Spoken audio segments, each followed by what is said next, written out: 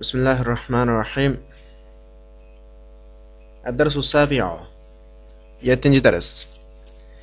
Misal arkadaşlar, bugün öğrenmekçi olan 7. dersimizdeki asaslı grammatiklik noktalar körüstüş almaçları. Yani biz ilgili derslerde bu doğruluk azraq körüstü bir işaret qilib o'tib ketgan bo'lsak-mu, tafsili to'xtalmagan. Bugungi darsda bizning maxsus qiladigan mashqimiz dal shu körüstüş almaçlar bo'ladi.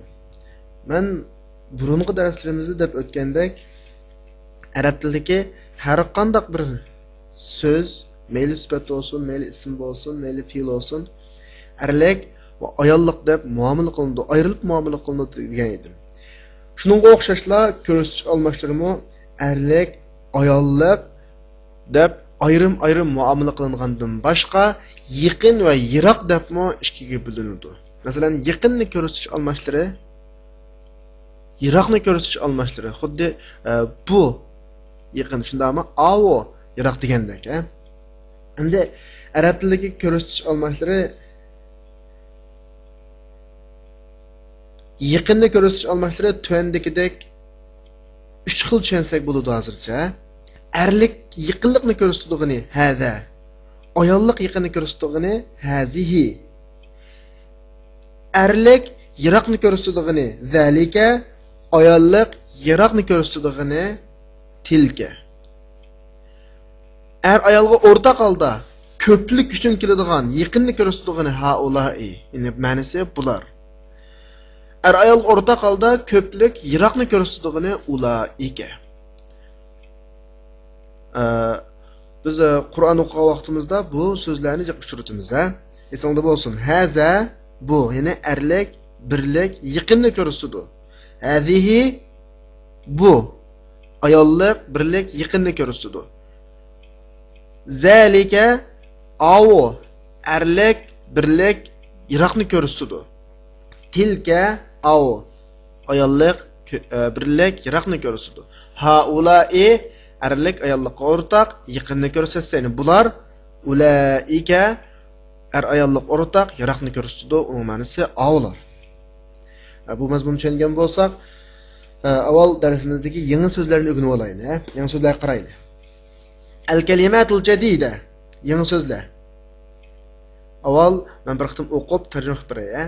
Al-mumarridatu,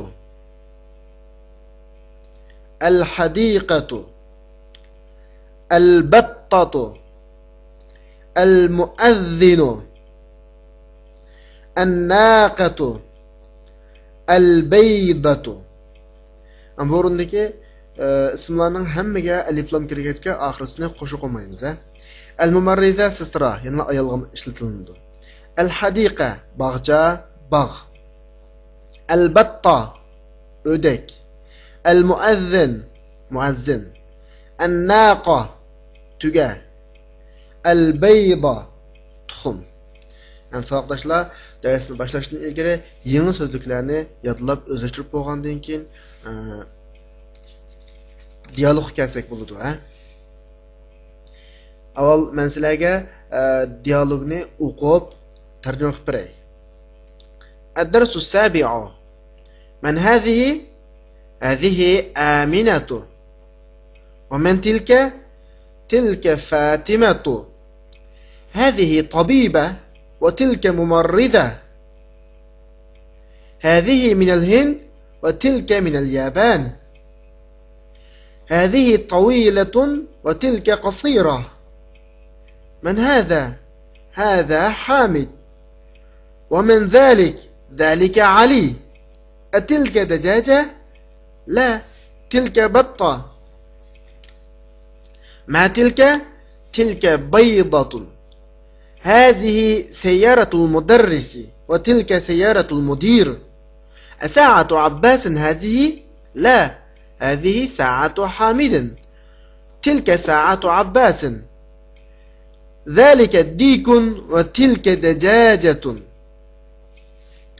Hozir tarjima qilib arkadaşlar, shu tarjimani tushunishda imkon qadar qishidagi suratlarning yordamiga qarab turib, suratlarning ifodalagan mazmuniga qarab turib, har xil tasavvur qilish orqali o'zimizni tarjima qilishga urinib baqsaq bo'ladi, ha? Bu darsimizda sizlarning diqqat qiladigan nuqtanglar shu oldingi darsda ozroq deb o'tib ketgan ayollik keyinda ta bo'lgan yoki ayollik sharafdan ortiq bo'lgan ismlarning g'ayri munsirif bo'lishi, ayolning xos ismlarininki g'ayri munsirif bo'lishi. Ammo erlarninki ismlari oxirsida ta kelmasa munsirif bo'lishi. G'ayri munsirif ismlarga qo'sh harakat kirmaydi, undan keyin zaro qiladigan o'rinlarda zaro qiladi. Bu bir. Undan boshqa mudof va mudof ilaylik birikmalar. Shu nuqtalarga diqqat qilish bilan birga bugungi darsimizdagi nuqtaliq bo'lgan yaqin yiroqni ko'rsatish, erlik ayollik ishoratlarga diqqat qilsak bo'ladi, ko'rsatish almashlariga. Man hadihi, bu kim? Hadihi Amina, bu Amina. O'xshashlar hadihi ayollik birlik yaqinni ko'rsatadi. Va man tilka, au kim? Tilka Fatimatu, au Fatima. Ana shu o'rindagi sizlar diqqat qilgan bir nuqta va man tilkadagi va shuni uğulagan ikkinchi jumlaning birinchi jumlaga uğlanganligini ifodalanadi. Unda o'ganda Uyg'ur tarjimasida avuchu kimu deb o'shaga chu deydigan bir xil qo'shimchani qo'shib olsak, jonligan ifodalanadi. Hadihi tabibatun va tilka mumarridatun. Bu doktor. Av bo'lsa sistra. O'xshashlar ayollik. Hadihi tilka ayollarga yaqinni ko'rsatish uchun hazihini yiroqni ko'rsatish uchun tilkani ishlatadi.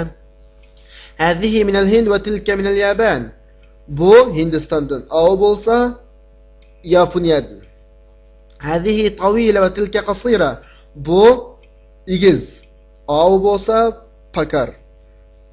Man hada? Bu kim? Hada Hamid. Bu Hamid. Wa man zalik? Avchu kim o? Zalika Aliyun. U Ali. Atilka dajajatun? Av tuxumu? La, tilka battatun. Yo'q, avu o'rdak. O'dak. Ham burundagi yiroqni ko'rsatish, ayollik birlik ko'rsatish olmishi tilkini ishlatadi-da. Chunki dajaja, batta, keyin tavg'achqa ayollik ismlar deb qaraladi. Ma tilka? Avu nima? Tilka baydatun. Avu tuxum. Hazihi sayyaratul mudarrisi. Bu o'qituvchining mashinasi. Va tilka sayyaratul mudiri. Av bo'lsa mudirning mashinasi. Asa'atu Abbasna hadihi? Bu Abbasning soatimi? La, hadihi sa'atu Hamidin. Tilka sa'atu Abbasin. Bu Hamidning soati. Av bo'lsa Abbasning soati. Zaka dikun va tilka dajaja. Av xo'roz, av bo'lsa tuxum. Mishmishada erlik va ayollik ismlarni farqlantirib zalika va tilka bilan ayiradi va diqqat qilishinglar kerak. Tamarinu, ko'nikmalar. At-tamrinul awwal, birinchi ko'nikma. Iqra vaktub. Bizni talab qildig'ini faqat o'qib, yezing deyapti. Biz uni qo'shib tarjimani birga qilib o'tamiz. Yezish sizlarga omonat. Hamda men sizlarga o'qib beray va shuni munosabatlik bir qism grammatikalarni tushuntirib qo'yay. هذه مدرسة وتلك جامعة. أذلك مسجد؟ لا، تلك مدرسة. هذه مدرسة وتلك طالبة.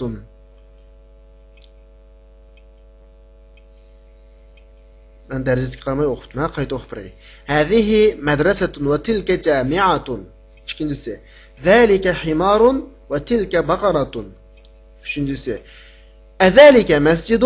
لا، تلك مدرسة. توتنسي هذا جمل وتلك ناقة. باشنجسي هذه مدرسة وتلك طالبة.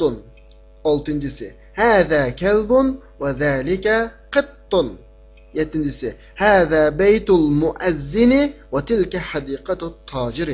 دقت قلدغان نقطة شو dastlab biz ta'kidlab o'tganimizdek erlik va ayollik ismlarga ishorat qilganimizda ko'rsatish almashlarini erlik ayollik shakllarini farqlantirib, birlik ko'plik shaklini farqlantirib ishlatish. Undan keyin mudof ilaylik birikmining ikkinchi mudof ilayninki zir o'qilishi, undan keyin muzofga aliflam kirmaslik nuqtalarga diqqat qilsak bo'ladi, ha. At-tamrinu thani, ikkinchi ko'nikma. أشر إلى الكلمات الآتية باسم إشارة للبعيد ذلك تلك. Tövendeki sözlərə yiroqni ko'rsatish uchun kelgan ko'rsatish olmoshlari bilan ishorat qiling. Ya'ni zalika va tilka bilan davodidir. Birinchisi albatta tilka bilan ishorat qilamiz.